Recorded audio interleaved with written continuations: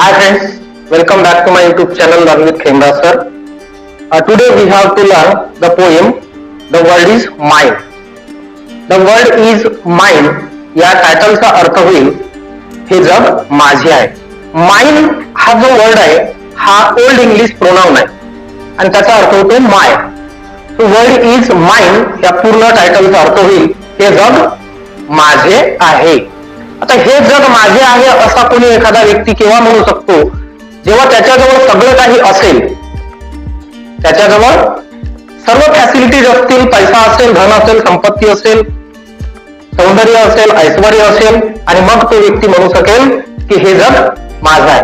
तर या पोयम मध्ये जी पोएटेस आहे जॉय लवलित क्रॉफोर्ड या कवयित्रीने असे विचार मांडलेले आहेत की आपल्याला आपल्याकडे काय नाही आहे त्यावरती आपण तक्रार करत बसण्यापेक्षा आपल्याकडे काय आहे त्याचा मला कसा चांगला उपयोग करता येईल किंवा जे आहे त्याच्यावर मी समाधानी राहून मला आनंद कसा उपभोगता येईल किंवा मिळवता येईल याचा आपण विचार केला पाहिजे असे विचार कवयित्रीने ह्या कवितेतून मांडलेले आहे. इथे खुद्द कवयित्री सुद्धा सुरुवातीला तिची सुद्धा तक्रार होती की माझ्याकडे हे नाहीये, माझ्याकडे ते नाहीये, परमेश्वराने मला हे नाही दिलं, देवाने मला ते नाही दिलं, समोरच्याला हे मिळालं, त्याला ते मिळालं, म्हणजे तो सुखी आहे, तो समाधानी आहे, परंतु मला मात्र त्याचं दुःख आहे असे विचार करणे कवयित्रीची सुद्धा सुरुवातीला असते. परंतु पुढे आता काही घटना घडतात तिच्या सोबत की ही पोएटेस आपले सगळे सुरुवातीचे विचार बदलून ती सुद्धा समाधान व्यक्त करते आणि मग तिला वाटते की द वर्ल्ड इज माइन. मग तिला वाटायला लागते की हे जग माझं आहे, म्हणजेच मी सुद्धा सॅटिस्फाईड आहे या वर्ल्ड मध्ये, या जगामध्ये असं कवयित्रीला वाटते. So let us start the poem to learn. The world is mine. Today on a bus I saw a lovely girl with silken hair. I invited her. She seemed so gay and I wished I was so fair. Then suddenly she rose to leave. I saw her hobble down the aisle. Oh God, forgive me when I whine. I have too late. The world is mine. बघा, आजची ही घटना आहे. आज सकाळी today on a बस कवयित्री कुठेतरी प्रवासाला निघालेली आहे. The poetess is traveling somewhere and on a bus she saw a lovely girl, very smart girl. The poetess saw a very smart girl on a bus and that lady had silver hair, silken hair. आज बस मध्ये या कवयित्रीला जी दुसरी महिला त्या ठिकाणी दिसली किंवा मिळाली, जी मुलगी तिला दिसली, त्या मुलीचे केस कसे होते? सिल्कन, रेशमी केस त्या मुलीचे होते. आणि साहजिकच ज्याला स्वतःचे केस आवडत नसतील त्याला दुसऱ्याचे केस पाहिल्यानंतर काय वाटेल? स्वतःबद्दल काहीतरी कमतरता असल्याचं वाटेल. आणि म्हणून ही सांगते की today on a bus I saw a lovely girl with silken hair. I invite her. आणि तिला पाहता बरोबर ती रेशमी केसांची म्हणजे सुंदर केसांची ती अतिशय सुंदर दिसायला असणारी ती मुलगी हिने बसमध्ये पाहिली आणि तिचा मत्सर, तिचा हेवा कवयित्रीला वाटायला लागला. इन्व्हाइट म्हणजे मत्सर केला. मला तिचा हेवा वाटला किंवा तिचा रागही आला. शी सीम्ड सो गे. गे मीन्स चिअरफुल, आनंदी. ती मुलगी फारच आनंदी दिसत होती. त्याचं कारण कदाचित तिचे सौंदर्य असेल, म्हणजे ती दिसायला सुंदर दिसत होती, तिचे केस सुंदर दिसत होते आणि म्हणून कदाचित ती अतिशय आनंदी असेल. And I wished I was so fair. आणि मग तिला त्या सुंदर मुलीला पाहिल्यानंतर त्या पोएटेसला सुद्धा वाटायला लागलं की यार मी पण जर हिच्यासारखी सुंदर असती तर. इफ आय वर सो स्मार्ट लाईक दिस गर्ल या मुली इतकी मी सुद्धा सुंदर असते तर, माझे सुद्धा असे सिल्कन हेअर्स असते तर. परंतु देवाने, परमेश्वराने तिला सुंदर केस दिले, तिला सौंदर्य दिले आणि मला मात्र अशा प्रकारचे म्हणजे सौंदर्य मिळालेलं नाही. म्हणजे स्वतःच्या सौंदर्याबद्दल ती न्यूनगंड किंवा आपल्या सौंदर्याला कमी समजून ती दुःखी आहे. कोण? The poetess. ती दुःख व्यक्त करते आणि त्या महिलेचा, त्या मुलीचा ती हेवा करते. When suddenly she rose to live. आता बघा, तिच्याकडे पाहिल्यानंतर वरवर पाहिलं आणि हिला वाटलं की ती सुंदर आहे आणि मी सुंदर नाही आहे. But when the girl suddenly rose to live, जेव्हा ती मुलगी अचानक उभी झाली, कुठे बसमध्ये बसलेली आहे, जेव्हा ती मुलगी अचानक उभी झाली त्या बसमधून खाली उतरण्यासाठी, तेव्हा I saw her हॉबल down the आईल. आईल म्हणजे passage through the seats in the bus. बसमध्ये ज्या सीट्स असतात त्या सीटच्या मध्यभागी जी चालण्याची जागा असते ना, प्रवासी उभे राहण्याची, त्याला म्हणतात आईल म्हणजे पॅसेज, मोकळी जागा. अँड हॉबल, हॉबल मीन्स, हॉबल म्हणजे लंगलत चालणे. तर जेव्हा ही गर्ल, ही मुलगी उभी झाली बसमधून उतरण्यासाठी, तेव्हा ती त्या पॅसेज मधून, सीटांच्या मोकळ्या जागेमधून जेव्हा ती हॉबल करत म्हणजे लंगडत ती चालायला लागली, तेव्हा काय झालं बघा. Oh God forgive me when I whine. खासकन या पोएटेसचे, या कवयित्रीचे डोळे उघडले.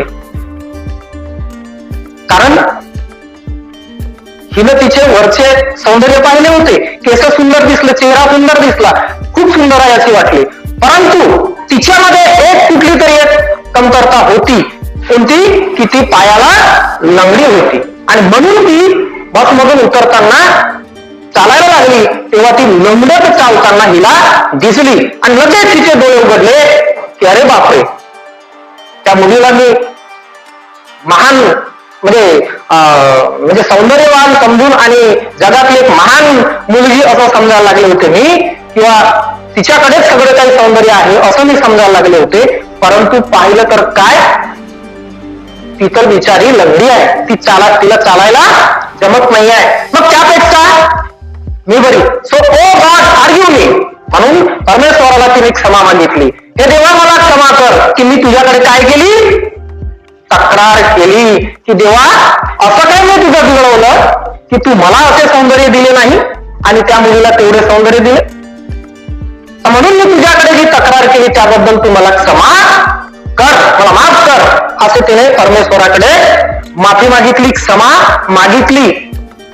इथे व्हाईन मीन्स कंप्लेन करणे, तक्रार करणे, कुरकुर करणे. I have two legs, the world is mine. कारण की देवा मला तुला काय दिले आहे, मला 2 पाय दिले आहे. I have 2 legs, so I can walk, I can go everywhere. I don't have any support. मला कुठलाही आधार आहे का इथे मी बसमध्ये आले, स्वतःच चढली, स्वतःच उतरतो, मला आधाराची गरज नाही. I need not any support to go everywhere. कुठेही मला जायला कुणाच्या आधाराची गरज नाही. परंतु ह्या मुलीला मात्र ही लंगडत चालत असल्यामुळे हिला कुणाच्या तरी आधाराची गरज पडते आहे.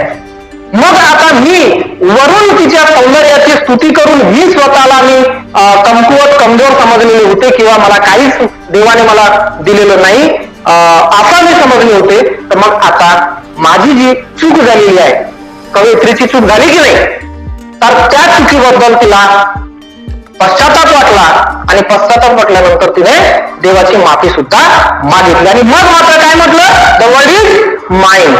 खऱ्या अर्थाने विचार केला तर हे जग माझे आहे. म्हणजे काय की मी भाग्यवान आहे, मी नशीबवान आहे त्या मुलीपेक्षा की मला चालता येते. लक्षात पहिल्याकडे अर्थ okay. Then second stanza. And then I stop to buy some sweets. The lad who sold them had such a charm. I talked with him. He seemed so calm, and if I were late, it would do no harm.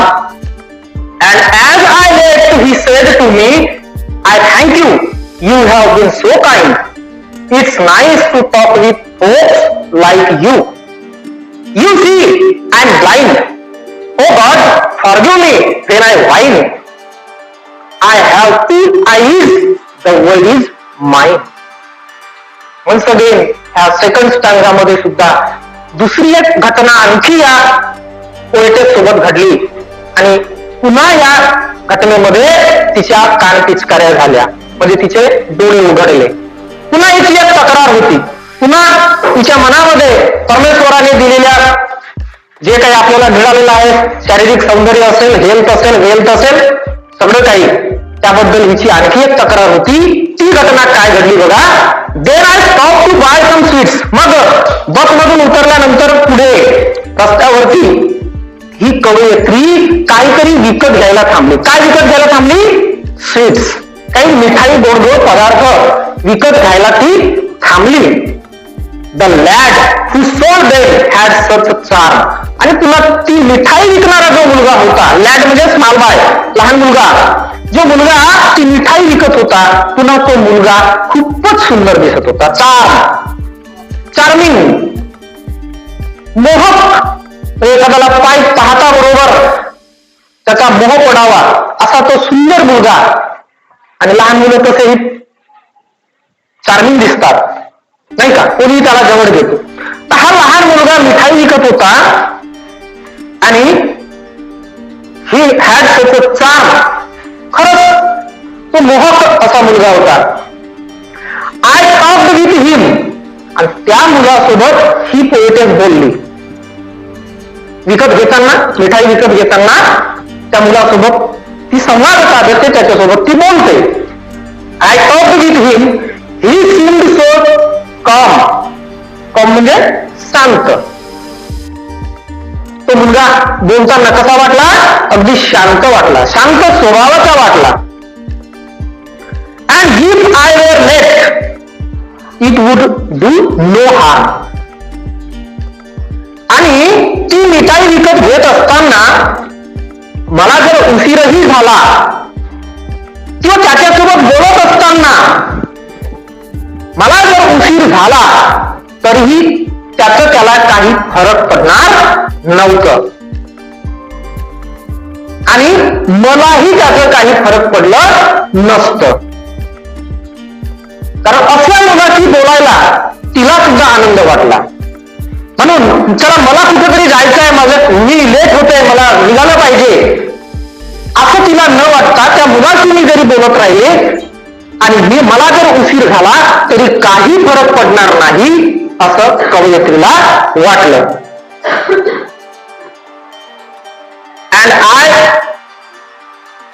And as I left, he said to me. आणि जेव्हा मग ती मिठाई वगैरे घेतली आणि त्या मुलाशी काही थोडंसं बोलणं झालं, त्या बोलण्यातून तो मुलगा फार तिला आवडला आणि मग जेव्हा ही जायला लागली, then the poetess started to walk. He said, तो म्हणाला, I thank you, you have been so kind. कवयित्रीला म्हणतो, आय थँक यू मॅडम, मी तुमचे आभार व्यक्त करतो, मी आभारी आहे तुमचा. का बरं? Because you have been so kind to me. तुम्ही माझ्याशी बोलताना, ही मिठाई विकत घेताना माझ्याशी जे प्रेमळपणाने तुम्ही वागले, जी माया तुम्ही दाखवली, ज्या ममतेने, ज्या प्रेमळपणाने तुम्ही माझी विचारपूस केली, माझ्याशी बोलले, त्याबद्दल मॅडम मी तुमचे आभार व्यक्त करतो. मी तुमचा आभारी आहे. कारण कदाचित असे कुणी बोलले नसतील त्याच्यासोबत आणि ही पहिलीच व्यक्ती असेल की चांगली विचारपूस त्याच्याशी केली, त्यालाही चांगलं वाटलं. तर पुढे तो काय म्हणतो, it's nice to talk with folk like you. खरं म्हणजे तुमच्यासारख्या लोकांशी, फोक मीन्स पीपल, लोक. It is nice to talk folk like you. तुमच्यासारख्या लोकांशी बोलणं हे अतिशय चांगलं असतं, सुंदर असतं. You see I am blind. बघा, मी काय आहे? आंधळा आहे. तुम्हाला माहित नसेल कदाचित, पण मॅडम मी अंध आहे. I can not see. मी पाहू शकत नाही. But the poetess was unaware. तिला याची माहितीच नव्हती की या मुलाला दिसत नाही आहे.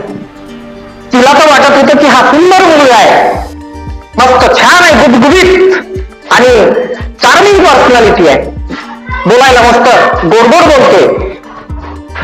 आणि तसं जेव्हा तसं मी नाही आहे, तसा स्वभाव माझा नाही आहे, कदाचित ही कमतरता त्या पोएटेसला वाटली. Oh God forgive me when I whine, I have 2 eyes, the world is mine. पुन्हा परमेश्वराकडे कवयित्रीने माफी मागितली. हे परमेश्वरा मला माफ कर. ह्या मुलाचे जे सौंदर्य आहे, हा मुलगा इतका चार्मिंग दिसतो आहे, हे मी माझ्या 2 डोळ्यांनी पाहू शकले. म्हणजे मला तो दृष्टी दिलेली आहे, माझ्याकडे 2 डोळे आहेत म्हणून द वर्ल्ड इज माइन, हे जग माझे आहे. कारण संपूर्ण जग तू निर्माण केलेले, परमेश्वराने निर्माण केलेले सर्व जग मी माझ्या डोळ्याने पाहू शकतो. पण हा मुलगा पाहू शकतोय का? नाही.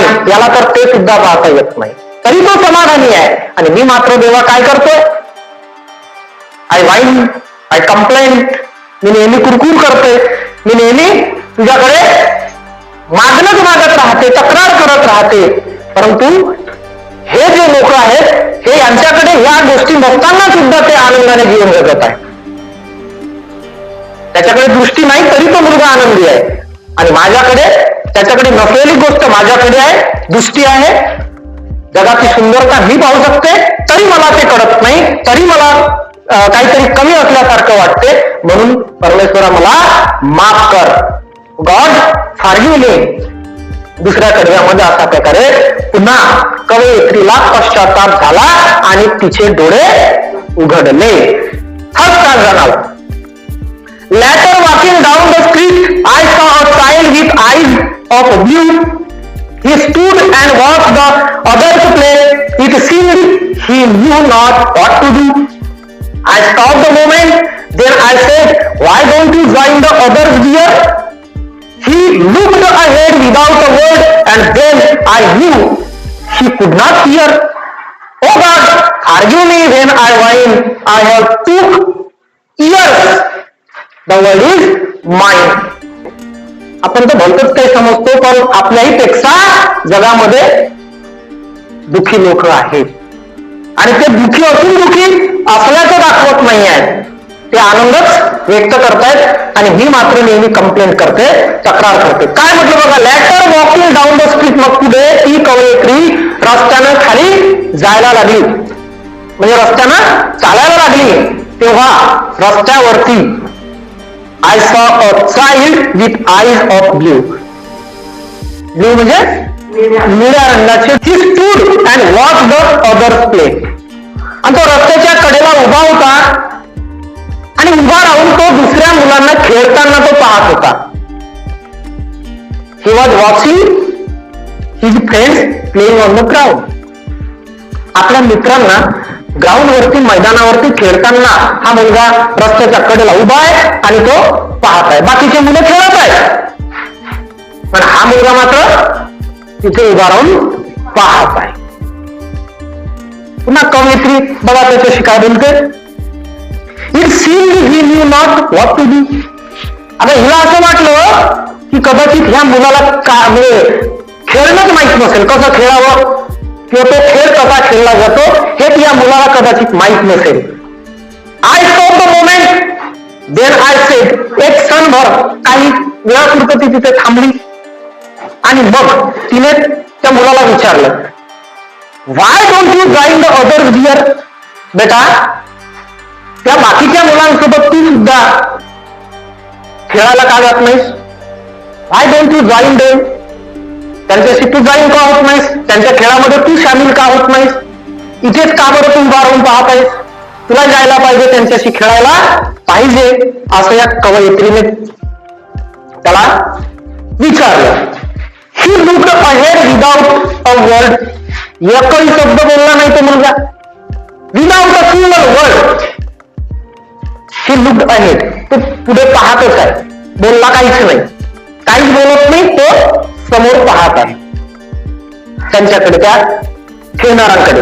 And then I knew he could not here. आणि मग हिच्या लक्षात आलं, म्हणजे एखाद्याला तुम्ही आवाज देता तो तुमच्याकडे पाहतोच, फक्त बोलत नाही. मग लक्षात काय येईल तुमच्या, की मी याला काय सांगतो, काय बोलतो, आणि हा काही उत्तरच देत नाही. मग काय लक्षात येईल तुमच्या,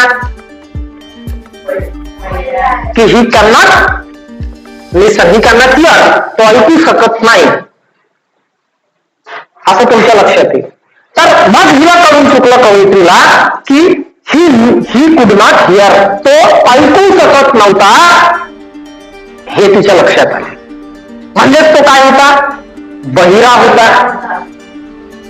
ओ God forgive me when I while I have 2 ears, the word is mine. पण परमेश्वरा मला माफ कर, मला क्षमा कर, मी नेहमीच तक्रार करत असते तुझ्याकडे, मी नेहमीच कुरकुर करत असते, पण तुला मला 2 कान दिलेले आहे आणि या दोन्ही कानाने मी या जगातला आवाज मी ऐकू शकते, म्हणजे मी कुणाला प्रतिसाद देऊ शकते, आणि म्हणून हे जग माझे आहे. So forgive me. Now last stanza. With legs to take me where I will go, with eyes to see the sunset glow, with ears to hear what I would know. Oh God, forgive me when I whine, and blessed indeed the word is mine. Last stanza मध्ये कवयित्रीने इथे खऱ्या अर्थाने आपला पश्चाताप व्यक्त केलेला आहे. तिने कबूल केलं देवासमोर की मी समजत होतो की देवा तू मला हे नाही दिलं, मला ते नाही दिलं, मला ते नाही मिळालं, परंतु तुला मला काय काय दिलं आणि त्यामुळे मी काय काय आनंद उपभोगायला पाहिजे ह्याची आता मला जाणीव झाली. म्हणून ती म्हणते की with lets to take me where I will go. तू मला 2 पाय दिले आणि त्या दोन्ही पायाचा वापर करून माझी इच्छा होईल तिथे मी चालत जाऊ शकते. बरोबर आहे, मला वाटेल तिथे जगात कुठेही मला फिरता येते, कारण माझे पाय शाबूत आहेत, माझे पाय सुदृढ आहेत, आणि म्हणून मला काही कमी वाटत नाही. With eyes to see the sunset glow. सूर्यास्ताच्या वेळी आणि सूर्योदयाच्या वेळी जो सूर्याचा देखावा असतो, सूर्योदयाचा आणि सूर्यास्ताचा किती सुंदर असतो ना, सूर्यास्ताचा सुंदर देखावा मी माझ्या डोळ्याने पाहू शकते. With my eyes, with ear to hear what I would know. मला जे जाणून घ्यायचं आहे, मला जे माहीत करून घ्यायचं आहे, मला जे काही कोणाला विचारायचं असेल ते मी माझ्या कानाने ऐकू शकते. असं असताना सुद्धा, मला पाय असताना सुद्धा, मला डोळे असताना सुद्धा, मला कान असताना सुद्धा मी नेहमीच तुझ्याकडे मी तक्रार करत राहिले, आणि म्हणून हे परमेश्वरा फॉरगिव्ह मी, मला माफ कर. I am blessed Indeed. खऱ्या अर्थाने मीच भाग्यवान आहे. मी आतापर्यंत कम नशिबी समजत होते स्वतःला, पण खऱ्या अर्थाने मीच नशीबवान आहे, मीच भाग्यवान आहे. तुझा आशीर्वाद हा मलाही मिळालेला आहे, आणि तुझ्या आशीर्वादानं दिस वर्ल्ड इज माइन, हे जग माझे सुद्धा झालेले आहे. म्हणून मी कुठल्याही गोष्टीची आता यानंतर पुढे तक्रार तुझ्याकडे मी करणार नाही. आपण सुद्धा आपल्या जीवनामध्ये अशा प्रकारे कुठलीही म्हणजे कुरकुर न बाळगता जे आपल्याकडे आहे त्याचा मनमुराद आनंद उपभोगला पाहिजे. कविता समजली असेल. राष्ट्रसंत तुकडोजी महाराज यांनी सुंदर भजन लिहिलेलं आहे, या झोपडीत माझ्या. ऐकलेलं असेल तुम्ही. किती आनंदी आनंद या झोपडीत माझ्या, राजाच जे महाली सौखे आणि मिळाली, ते सर्व ही प्राप्त झाले या झोपडीत माझ्या. So I hope you might have understood the poem. You should like, subscribe and press the bell icon. Thank you.